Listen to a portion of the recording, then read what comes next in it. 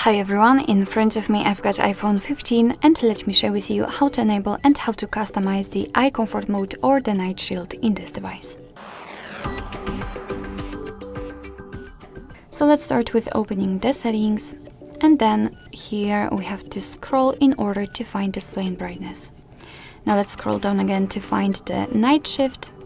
And first of all, let's tap on this option, which will manually enable this option until tomorrow. So let's tap, so we will be able to customize the temperature of the screen, because as you can see, it changed a little bit. Right now it is more yellowish or even amber.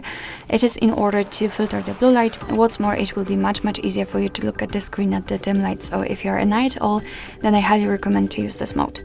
Of course, by going to the left, you can make the screen much cooler.